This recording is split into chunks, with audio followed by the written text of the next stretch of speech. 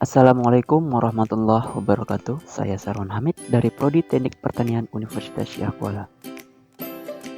Kali ini kita akan membahas materi siklus mesin Carnot dan mesin pendingin. Mesin Carnot adalah mesin kalor hipotesis yang beroperasi dalam suatu siklus yang disebut dengan siklus Carnot. Sebuah mesin kalor bekerja dengan cara memindahkan energi dari daerah lebih panas ke daerah lebih dingin. Siklus Carnot adalah proses termodinamik yang dialami oleh zat kerja pada mesin Carnot. Siklus ini terdiri atas dua proses isothermal dan dua proses adiabatik. Pada proses isothermal yang pertama, yang terjadi pada temperatur lebih tinggi, zat mengalami ekspantasi dan menyerap kalor. Adapun tahapan siklus Carnot terdiri dari 4 tahapan proses sebagai berikut. Yang pertama, ada isothermal reversible di mana material menyerap kalor T1 dari reservoir kalor pada temperatur T1 dan sistem melakukan kerja. Yang kedua, ada ekspantasi adiabatik reversible di mana working substance berkurang temperaturnya dari T1 menjadi T2 dan sistem juga melakukan kerja. Yang ketiga, ada kompresi isothermal reversible di mana working substance melepaskan kalor T2 dari ke reservoir dingin dengan temperatur T2 dan kerja dikenakan terhadap sistem.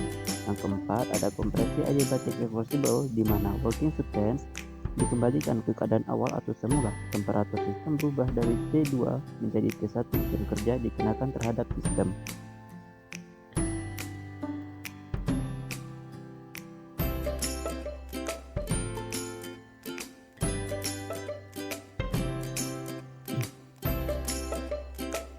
Kemudian dari gambar bisa kita simpulkan pertama-tama gas akan mengalami isothermal pada saat ini.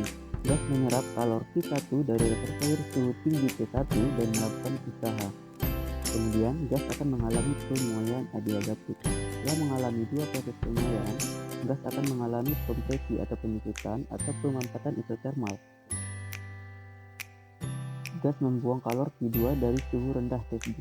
Kemudian setelah itu akan melakukan terjadi pemanfaatan adiabatik atau penyusutan juga, yang kembali pada proses ini gas mendapatkan usaha kembali dan akan kembali ke bentuk semula dan begitu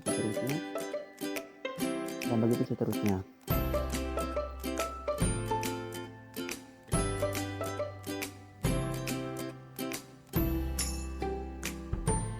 Efisiensi mesin Carnot, mesin kalor mengubah kalor menjadi usaha. Efisiensi mesin kalor menggambarkan seberapa efektif usaha dihasilkan dari kalor yang diserap oleh sistem.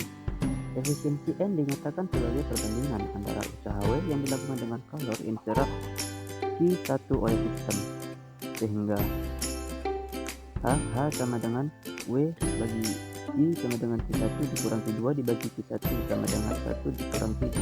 Karena itu didapatkan H sama dengan 1 dikurang T2 dibagi T1, di mana T2 suhu reservoir tinggi dan T1 sama dengan suhu reservoir rendah.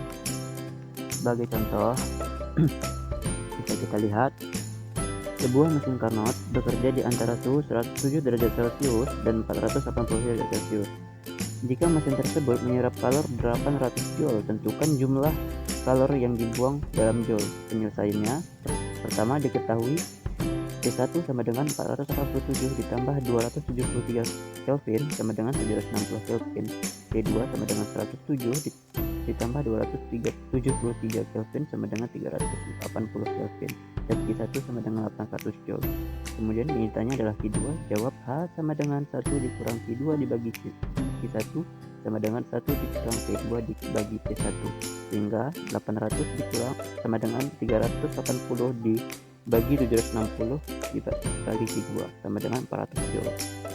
Untuk derajat Celciusnya, suhunya kita ubah menjadi Kelvin dahulu.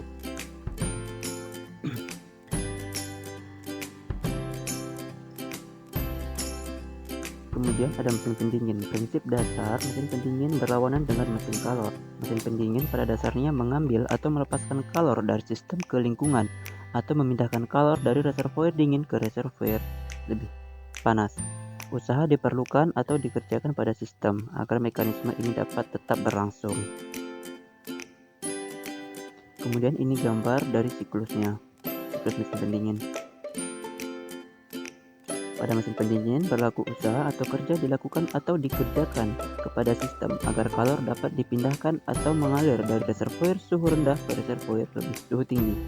Jadi, usaha W yang dilakukan kepada sistem adalah selisih kalor yang diserap di reservoir suhu rendah Q2 dengan kalor yang dilepaskan di reservoir suhu tinggi Q1, sehingga didapatkan W sama dengan Q1 dikurang Q2.